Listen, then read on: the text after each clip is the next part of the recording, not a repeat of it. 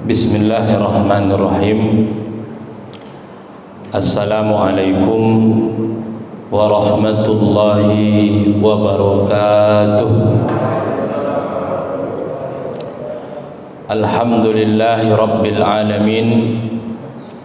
Wa bihi nasta'in ala umurid dunya waddin. Ashhadu an la ilaha illallah wahdahu la syarikalah wa ashhadu anna Muhammadan abduhu wa rasuluh la nabiyya ba'dah.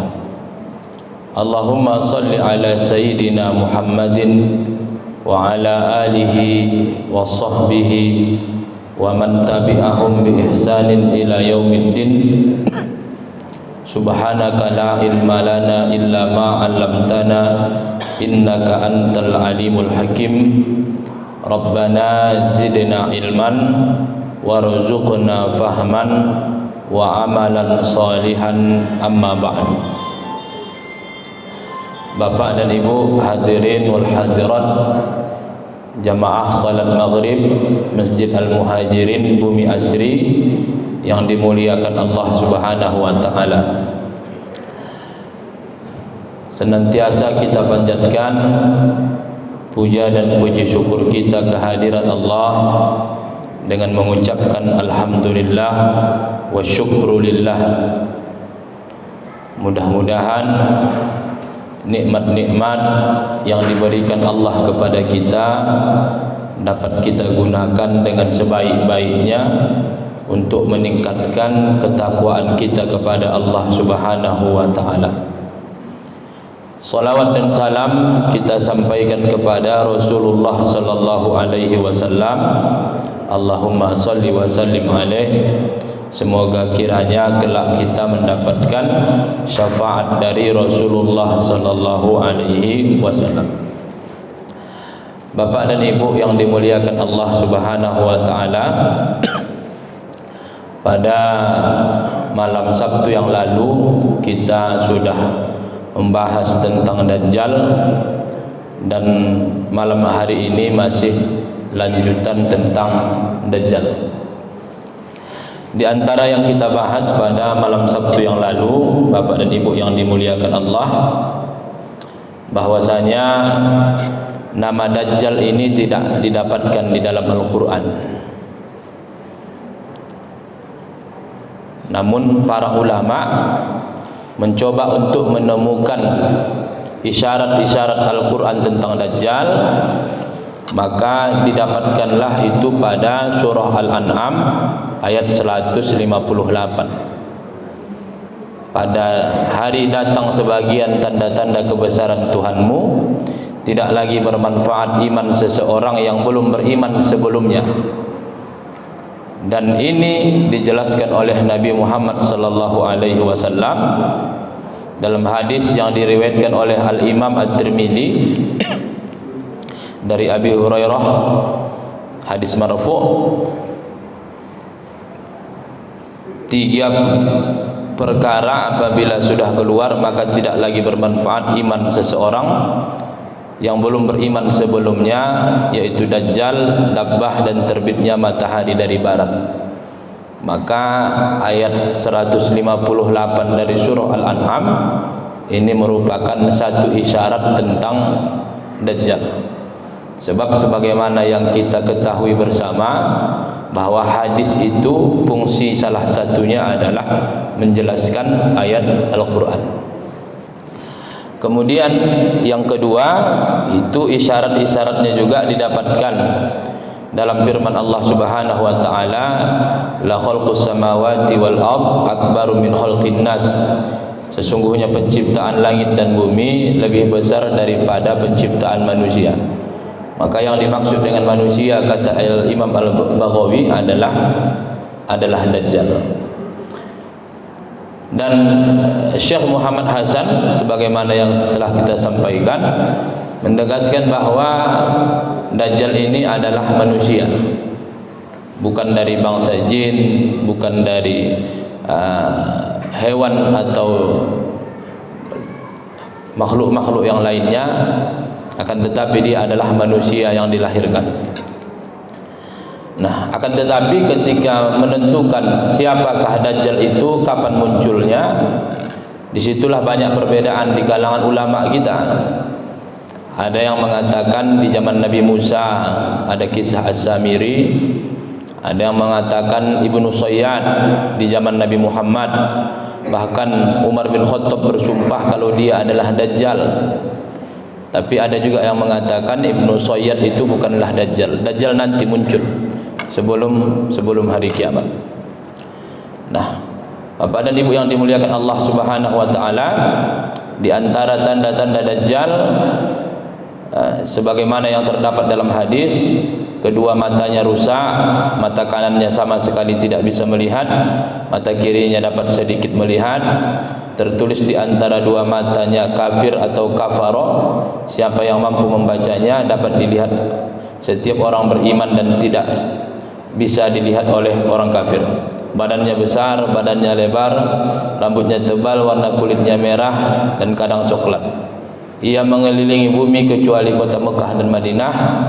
Dari dirinya terdapat sesuatu yang di luar kebiasaan, seperti menghidupkan orang mati, memerintahkan langit untuk menurunkan hujan. Berapa lama Dajjal di bumi? 40 hari. Cuma satu hari yang pertama itu seperti setahun, satu hari, kemudian hari yang kedua seperti sebulan, dan hari yang ketiga seperti seminggu, baru hari keempat sampai hari ke-40 normal harinya. Dan bentuk dari fitnah Dajjal sebagaimana yang kita bahas, bahwasanya Dajjal menghidupkan kedua orang tua dari manusia. Jika Dajjal mampu menghidupkannya, maka manusia itu harus mengakui ketuhanan Dajjal. Maka dibangkitkanlah kedua orang tuanya sehingga ia pun masuk mengikuti Dajjal. Hanya saja dua orang ini adalah setan yang menjelma seperti manusia yang membantu Dajjal. Bapak dan Ibu yang dimuliakan Allah Subhanahu wa taala, di mana nanti keluarnya Dajjal itu kemarin ada 3 pendapat. Yang pertama di Nisabur, daerah-daerah Tantan sana, Afghanistan, Uzbekistan. Kemudian ada Asfahan, daerah Iran sana. Dan pendapat yang ketiga ada di Samudra Atlantik atau di daerah-daerah Amerika sana.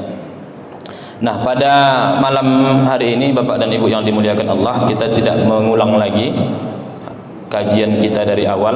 Tadi hanya mengingatkan apa yang sudah kita bahas pada malam Sabtu yang lalu. Namun pada malam hari ini kita akan membahas apa saja amalan-amalan yang diajarkan oleh Rasulullah sallallahu alaihi wasallam kepada umatnya untuk bisa terhindar dari fitnah Dajjal. Sebab para nabi, setiap nabi itu memberikan peringatan kepada umatnya tentang kehadiran Dajjal.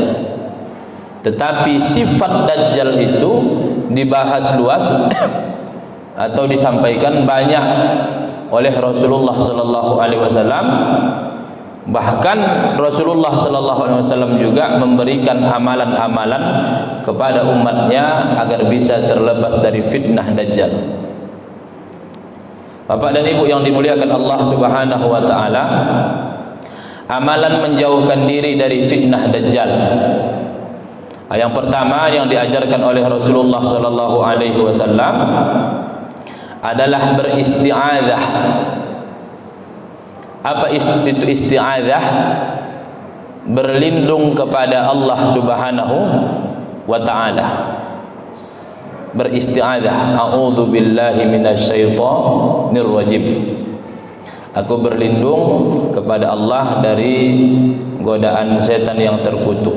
Maka dari Dajjal bisa kita ucapkan a'udzu billah minal masihid dajjal. Aku berlindung kepada Allah dari fitnah Masih Ad-Dajjal. Dan ini Bapak dan Ibu yang dimuliakan Allah, Terdapat dalam hadis yang berbunyi, idza faragha ahadukum minat tasyahhudil akhir, apabila salah seorang dari kalian selesai dari tasyahud akhir, falyasta'id billahi min arba'in, hendaklah ia meminta perlindungan kepada Allah dari 4 perkara, atau meminta perlindungan kepada Allah 4 kali.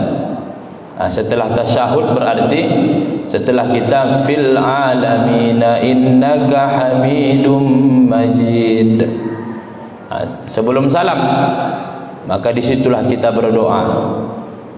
Apa doa yang diajarkan oleh Rasulullah sallallahu alaihi wasallam? Allahumma, ya Allah, inni a'udzu bika min azabi jahannam, sesungguhnya aku berlindung kepadamu dari azab neraka jahanam. 1. Yang kedua, wa min azabil qabri, dan dari azab kubur. Ada azab jahanam, ada azab kubur. Wa min fitnatil mahya wal mamat, dan dari fitnah yang hidup dan yang mati. Wa min syarri fitnatil masihid dajjal, dan dari keburukan fitnah al-masih ad-dajjal. Jadi dalam hadis-hadis Bapak dan Ibu yang dimuliakan Allah, Dajjal pun disebut dengan Masih, Al-Masih, sebagaimana Nabi Isa alaihissalam juga itu disebut dengan Isa Al-Masih. Dajjal pun disebut dengan Al-Masih. Tapi ada ulama kita yang tak setuju, tidak setuju disamakan gelar Dajjal sama Nabi Isa alaihissalam. Maka menurutnya yang benar itu adalah kalau Nabi Isa Al-Masih, kalau Dajjal Al-Masih. Kalau Nabi Isa akhirnya Ha Al-Masih, kalau Dajjal akhirnya Kho Al-Masih. Cuma ulama-ulama yang tetap menamakan Dajjal dengan Masih, membedakan antara Masihnya Dajjal dengan Masihnya Nabi Isa alaihissalam. Apa arti Masih? Masih itu artinya Bapak dan Ibu yang menyapu, yang mengusap. Mengapa Nabi Isa alaihissalam disebut dengan Isa Al-Masih? Karena Nabi Isa lah nanti yang mengusap, menghapus keburukan-keburukan itu. Kenapa Dajjal disebut dengan Al-Masih? Karena dialah yang mengusap kebaikan-kebaikan, petunjuk-petunjuk diusapnya sehingga hilang. Maka disebut dengan Al-Masih. Kedua, kenapa disebut Dajjal dengan Masih? Masih artinya adalah yang melakukan perjalanan jauh dengan cepat. Maka disebutlah dia dengan Al-Masih. Jadi ada 2 pendapat. Pertama menyamakan antara Al-Masih, sama-sama Masih, Masih Ad-Dajjal sama Isa Al-Masih, tetapi beda apa yang mereka usap. Satu mengusap keburukan, satu lagi mengusap kebenaran. Ada yang membedakan bahwasanya Nabi Isa itu Al-Masih pakai Ha, sedangkan Dajjal itu pakai Kho Al-Masih. Nah, Bapak dan Ibu yang dimuliakan Allah, inilah amalan yang diajarkan Rasul sama kita. Kita tidak tahu apakah kita akan jumpa sama Dajjal atau tidak. Jangankan kita, umat dahulu saja sudah beristi'adzah kepada Allah agar tidak berjumpa sama Dajjal. Maka apalagi kita umat yang akhir zaman, kemungkinan besar kita jumpa dengan Dajjal itu lebih besar dibandingkan umat-umat dahulu. Artinya kitalah yang paling layak lagi, yang paling pantas untuk memperbanyak beristi'adzah kepada Allah dari 4 perkara. Kita beristi'adzah kepada Allah agar kita terhindar dari azab jahannam. Kita beristi'adzah kepada Allah agar kita terhindar dari azab kubur. Ketiga, dari fitnah yang hidup dan yang mati.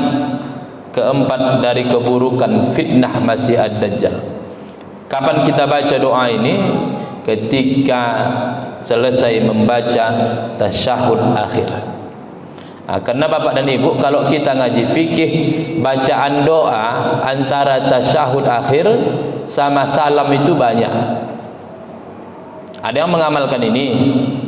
Allahumma inni a'udzubika min azabi jahannam wa min azabil qabri wa min fitnatil mahya wal mamat wa min syarri fitnatil masihid dajjal. Ada baca doa yang lain. Allahumma ighfir li ma qaddamtu wa ma akhartu wa ma asrartu wa ma a'lantu antal muqaddimu antal muakhiru la ilaha illa anta. Ada yang membaca itu. Jadi kalau kita banyak yang kita hafal, sekali-sekali kita baca Allahumma ighfir li ma qaddamtu, sekali-sekali kita baca Allahumma inni a'udzubika min adzabi jahannam. Jadi rugi kita Bapak dan Ibu, meskipun sunnah ya, meskipun sunnah, rugi rasanya kita kalau tak mau menggunakan doa ini. Karena yang mengajarkan ini langsung adalah Rasulullah sallallahu alaihi wasallam. Makanya Bapak dan Ibu yang dimuliakan Allah, belajar fikih itu harus disertai dengan tasawuf sedikit.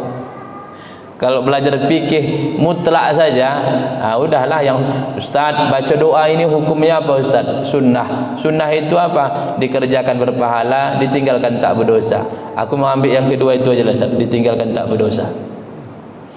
Kalau orang kepintaran belajar fikih takutnya begitu. Makanya diiringkanlah belajar fikih, juga belajar tasawuf, belajar akhlak, agar kita mengambil kesempurnaan dari ibadah solat itu. Nah, jadi ini bisa mudah sekali menghafalkannya Bapak dan Ibu, karena lafaznya itu saja. Allahumma inni a'udzubika min adzabi jahannam wa min adzabil qabri wa min fitnatil mahya wal mamat wa min syarri fitnatil masihid dajjal. 4. Kalau kita belum hafal gimana Ustaz? Kalau kita hafal ini bersuara pun tak masalah Bapak dan Ibu.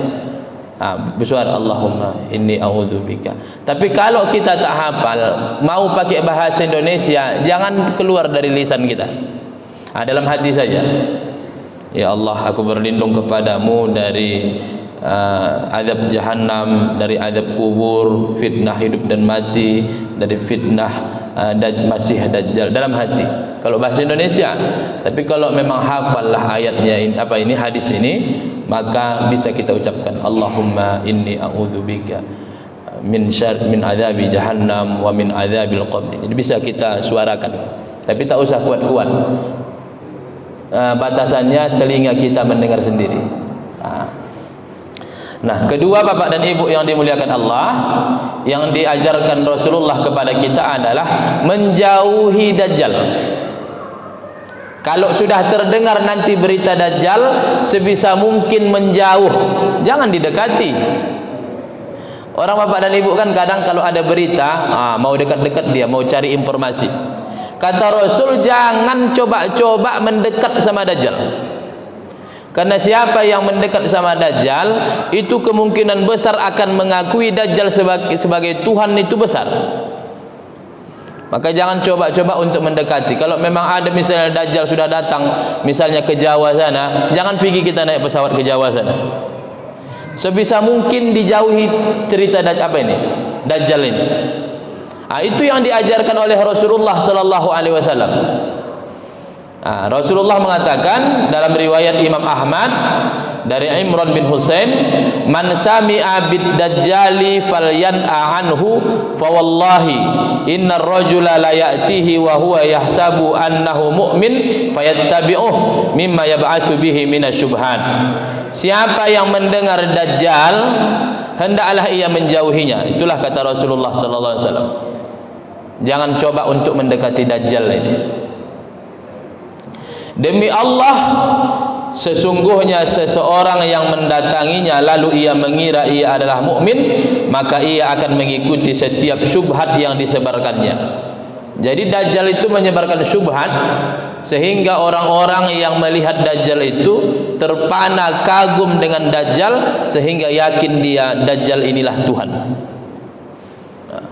Dia yakin dajjal inilah Tuhan. Maka orang-orang yang mendekati dajjal ini, sulit sekali untuk selamat, Bapak dan Ibu yang dimuliakan Allah. Maka kalau sudah terdengar nanti berita Dajjal, sebisa mungkinlah kita menjauh.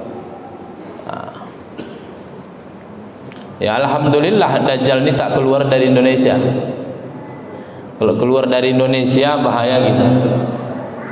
Walaupun dia 40 hari bisa nanti mengelilingi dunia, bagaimanalah nanti caranya itu.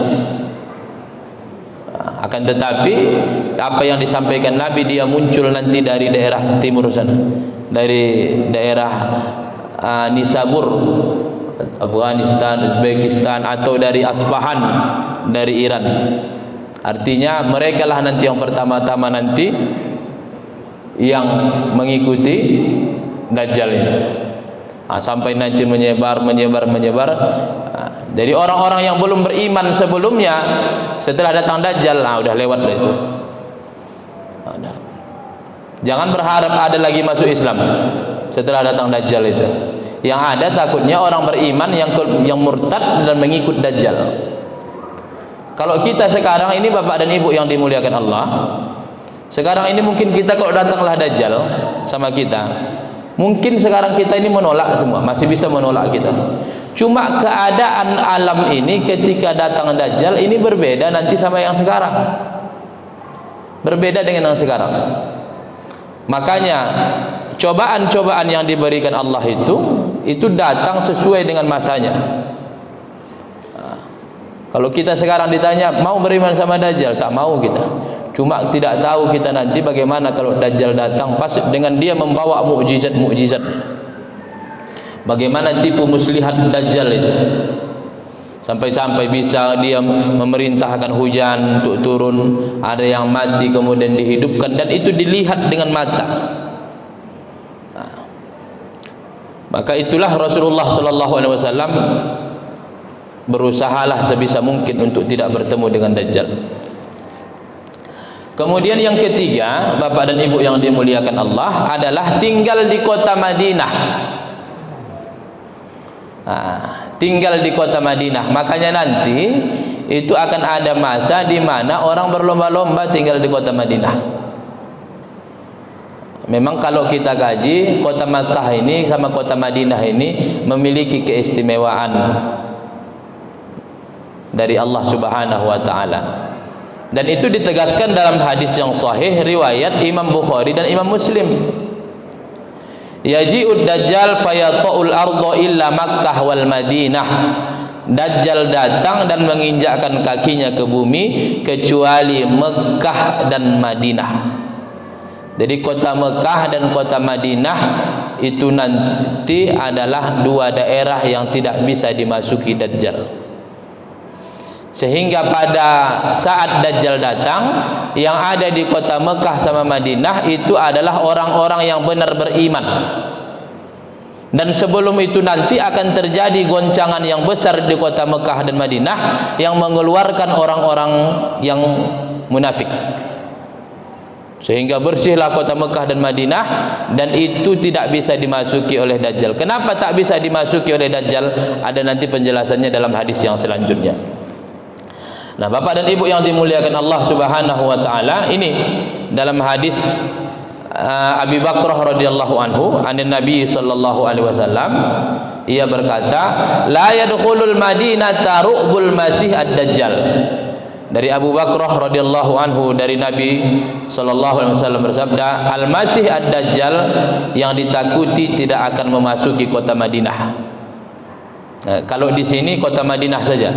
Kalau di hadis yang pertama tadi kota Makkah sama Madinah, maka dua kota inilah diambil, dua kota yang tak dimasuki oleh Masih Dajjal. Nah, kenapa Masih Dajjal tak bisa memasukinya? Rasulullah mengatakan, laha yauma idzin sab'atu abwab. Kota Madinah pada saat itu memiliki 7 pintu. Ala kulli babin malakani, dan setiap pintu itu ada dua malaikat. Pintu bagaimana ini, Ustaz? Yang ada di kota Madinah atau Mekah. Apa memang ada nanti pintu bisa ditutup dibuka? Maka dalam hadis yang lain disebutkan, pintu itu adalah jalan yang ada di antara dua gunung. Berarti nanti kota Madinah itu gunung-gunung yang bukit-bukit yang mengelilingi kota Madinah, antara dua bukit nanti ada jalan. Itulah tak bisa nanti dilewati oleh Dajjal, karena itu dianggap pintu yang dijaga oleh dua malaikat. Mengapa itu dikhususkan kepada kota Mekah dan Madinah? Itulah li syarafi, karena kemuliaan dua tanah suci ini. Dan ini dalam agama Islam sesuatu yang lumrah Bapak dan Ibu yang dimuliakan Allah. Dulu pernah saya katakan bahwa Allah Ta'ala ciptakan manusia, dan di antara manusia itu ada yang dimuliakan Allah. Mereka adalah para nabi. Allah ciptakan waktu, di antara waktu itu ada yang dimuliakan Allah. Maka ada bulan Ramadan, kemudian ada hari Jumat, ada hari Senin, ada hari Kamis waktu. Dan Allah Ta'ala ciptakan tempat, maka ada dua tempat yang dimuliakan Allah dibandingkan tempat yang lain, yaitu tanah suci Makkah dan tanah suci Madinah. Maka hati kita pun tak bisa berdusta Bapak dan Ibu ketika kita melangkahkan kaki di kota Mekah, ketika kita melangkahkan kaki di kota Madinah, ada perasaan yang berbeda yang kita rasakan.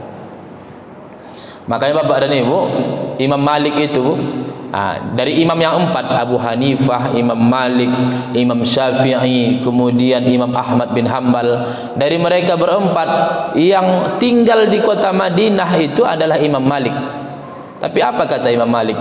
Aku tak mau mengendarai apapun di kota suci ini.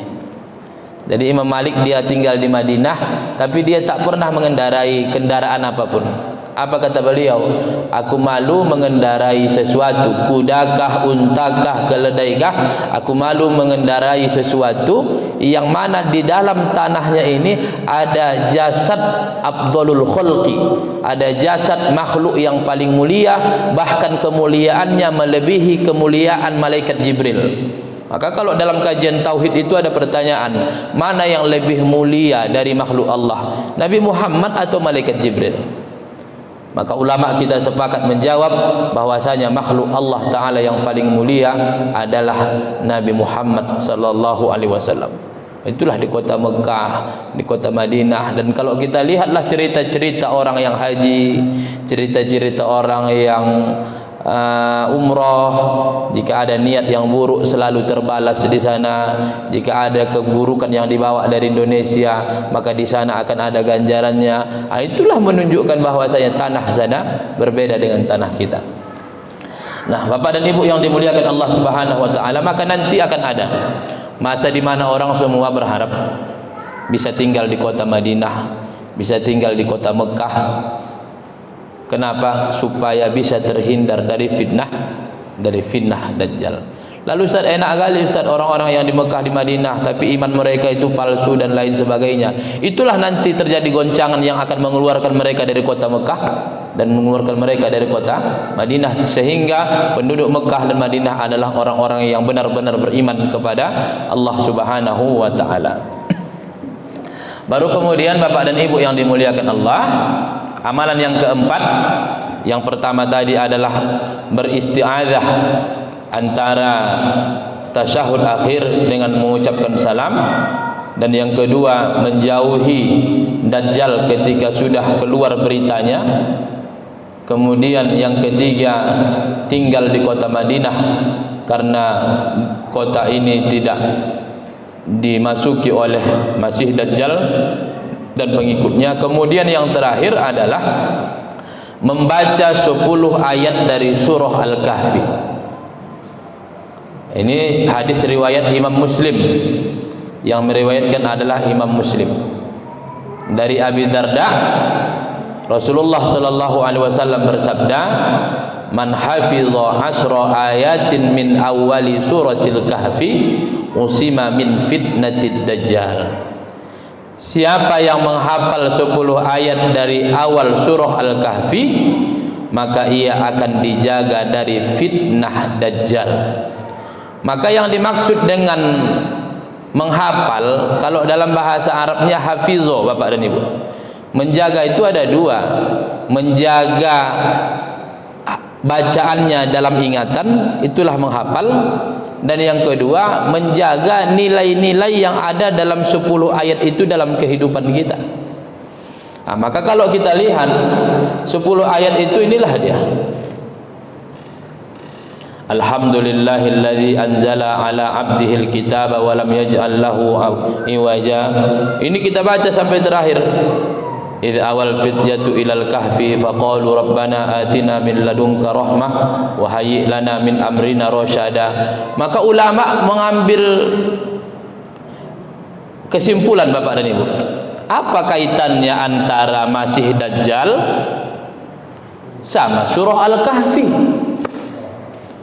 Mengapa untuk terhindar dari fitnah Dajjal yang kita disuruh hafalkan, yang disuruh ditadabburi, ya? Seperti yang dikatakan Imam Nawawi, bahwa makna hadis adalah siapa yang mentadabburi 10 ayat pertama. Jadi bukan sekedar hafal, tapi juga mentadabburinya. Apa kaitannya cerita Dajjal yang akan datang sama cerita Ashabul Kahfi yang sudah lewat? Maka para ulama kita mengambil kesimpulan bahwa kenapa kita disuruh membaca surah ayat 1 sampai 10 dari surah Al-Kahfi, menghafalkannya, mengetahui maknanya, mentadabburinya? Karena apa yang diberikan Allah, apa yang terjadi pada Ashabul Kahfi itu jauh lebih menakjubkan dari apa yang nanti akan didatangkan Dajjal. Ketika Dajjal bisa menghidupkan orang yang sudah mati, lihat Allah mematikan atau menidurkan hambanya sampai ratusan tahun, 300-an tahun.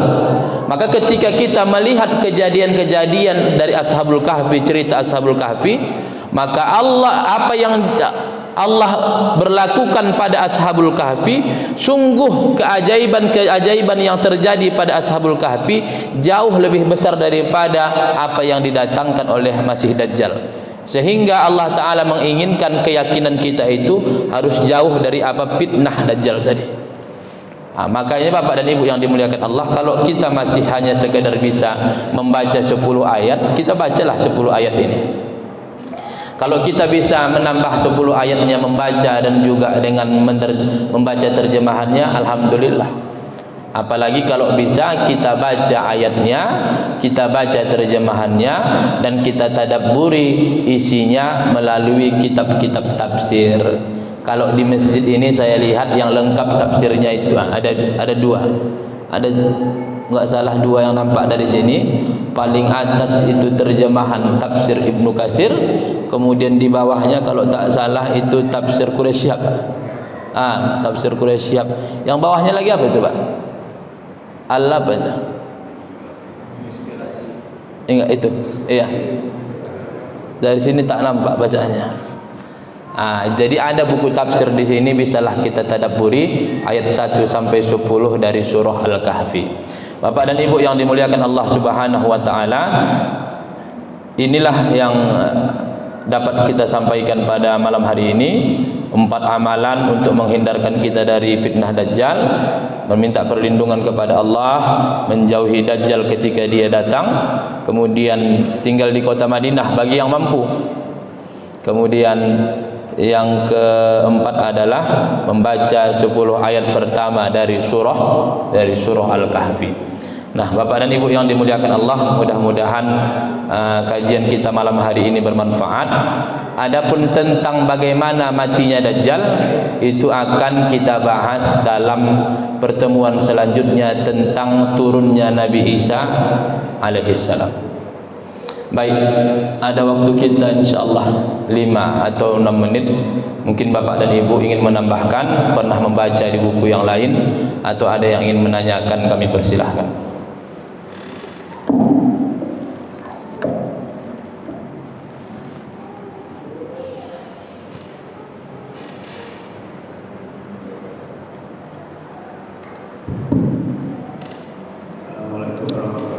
Waalaikumsalam warahmatullahi wabarakatuh.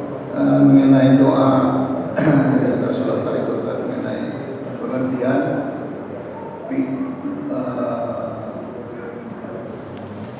fitnah hidup dan mati.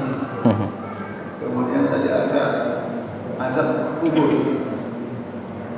Jadi fitnah mati azab kubur ini timbul di mana, beda pengertiannya? Baik.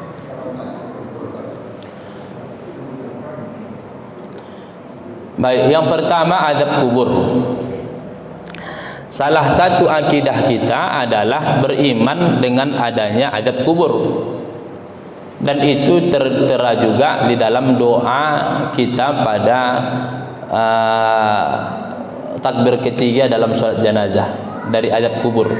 Kita minta perlindungan orang-orang yang meninggal ini dijaga Allah dari azab kubur. Nah, bagaimana sebenarnya azab kubur ini? Ada 3 sikap umat Islam dalam menyikapi azab kubur. Yang pertama adalah sikap menolak adanya azab kubur. Nah, jadi ada kelompok-kelompok Islam yang menolak yang namanya azab kubur. Ada banyaklah dalilnya. Untuk apa azab kubur, kan belum dihisab, macam-macam. Dan yang kedua, kelompok yang mengatakan, ini yang mayoritas, bahwasanya azab kubur itu ada, tapi jangan lupakan nikmat kubur juga ada. Bagaimana azab kubur? Ada juga pukulan-pukulan. Tentunya untuk orang-orang kafir dan orang-orang munafik dan orang-orang yang bermaksiat kepada Allah.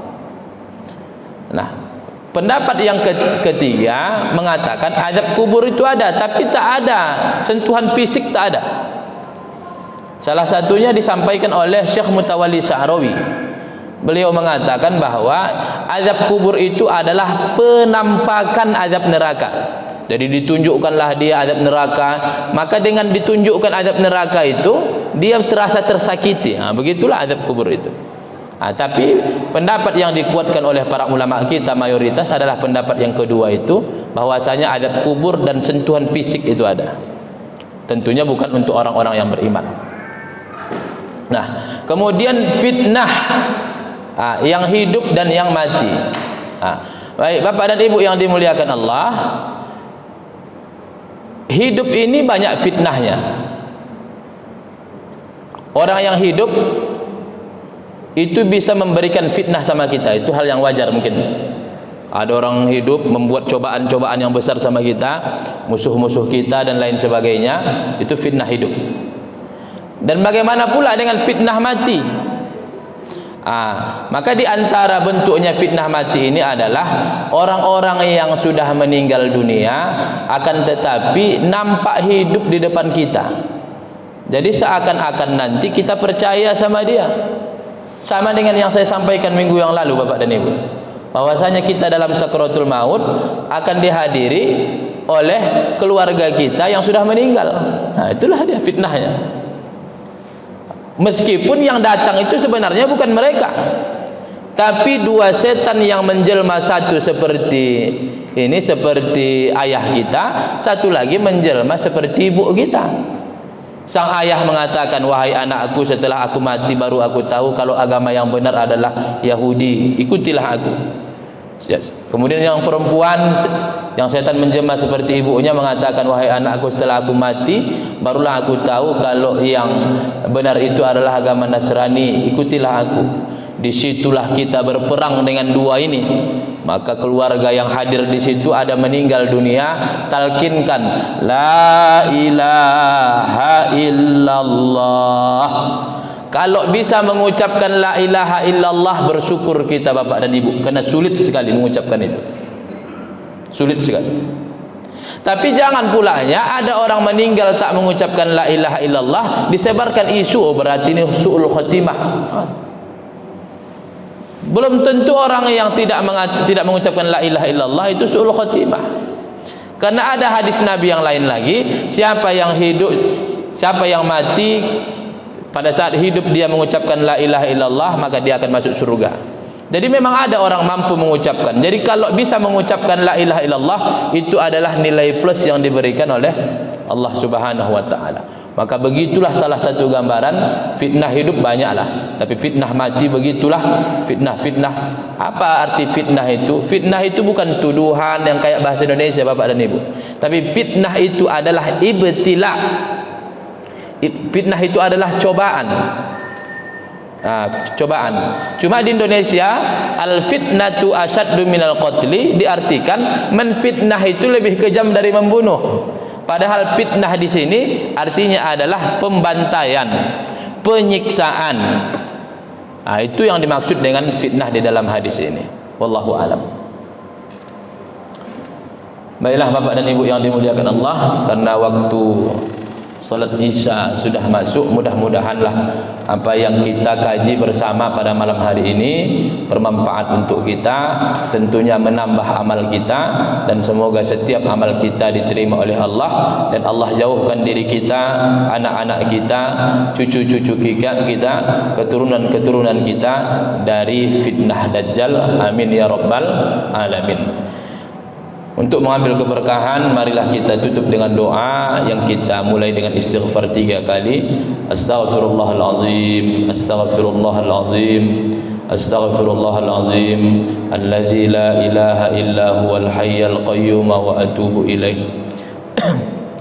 Alhamdulillahi rabbil alamin, wassalatu wassalamu ala asyrafil anbiya'i wal mursalin wa ala alihi wa sahbihi ajma'in. Allahumma ghafir lana dhunubana wa dhunuba walidina warhamhum kama rabbawna sighara, wa li jami'il muslimina wal muslimat wal mu'minina wal mu'minat al ahya'i minhum wal amwat, innaka sami'un qaribun mujibud da'wat wa ya qadiyal hajat. Allahumma inna na'udzu bika min adzabi jahannam wa min adzabil qabri wa min fitnatil mahya wal mamat wa min syarri fitnatil masiihid dajjal. Allahumma a'inna ala dzikrika wa syukrika wa husni ibadatika waj'alna min ibadikas salihin. Allahumma aslih dzata bainina wa alif baina qulubina wahdina subul salam. Allahumma inna na'udzu bika min adzabi jahannam, inna adzabaha kana gharama, innaha sa'at mustaqarra wa muqama. Rabbana atina fid dunya hasanah wa fil akhirati hasanah wa qina adzaban nar. Wa sallallahu ala sayyidina Muhammadin wa ala alihi wa sahbihi ajma'in. Walhamdulillahi rabbil alamin. Wassalamu alaikum warahmatullahi wabarakatuh.